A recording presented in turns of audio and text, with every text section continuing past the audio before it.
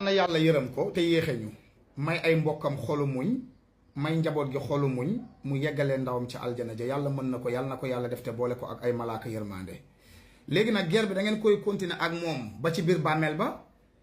wax yu ñaaw yi da ngeen koy continuer ba ci bàmmeel ba wala da ngeen koy bàyyi maanaam mu reposer ci jàmm ak salaam ngeen ñaanal ko ba léegi man xamatuma fu ñu nekk fan la maanaam yéen da ngeen di topp nit ba mu génn àdduna da ngeen ciy toppaat encore ba ñu suul ko ngeen toppaat ci encore ba 40 jours yi maanaam taxul ngeen bàyyi léegi nag ñi nga xam ne siiwaguñu Sénégal xalaat leen bu baax de balaa ngeen ciy dugg moo xam da nga war a lancer wu ci réseau yi moo xam loo war a def ci kaw àdduna man de bu démb doon tey sama kër sama waa kër rek may xam waaye or maay bal ba tàkk na mënatuma ci dara wala boo ginaa siiwee ci beneen réew bu dul Sénégal ay waay wàññi leen wax ju ñaaw ci ay waay bu nit bu ngeen ko toppee ba mu dem maam yow looy xaar pour rey ñi tu mën nga reye lañ wax doo leen rey ñoom yaa rey jiw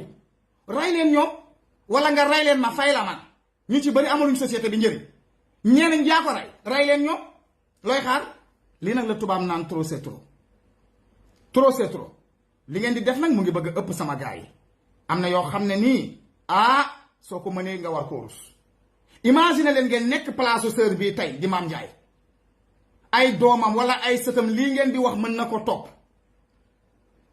imagine leen nga dem ci dëj boo xam ne ñu ngi naan ci internet bi yaa rey diw te yéen en âme et conscience ku ci wéet xam nga ne Mame Ndiaye mii mën ta rey sax melentaan man Mame Ndiaye ànduma ak moom ci dara yi muy def ak yi muy puukare rek waxam ju bëri jéeg éducation bi mu am ci jigéen ànduma ak moom ci dara mais nag tout sauf yaa rey diw boobu nag moom dafa ëpp boobu moom laa ngeen plafond bi foofu nag moom yegguñu fa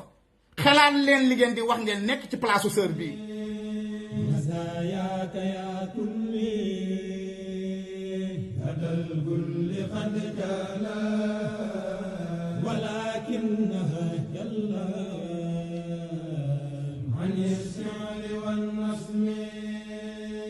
مقامات خير الخلق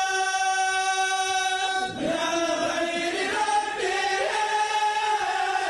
مغيبة الفلك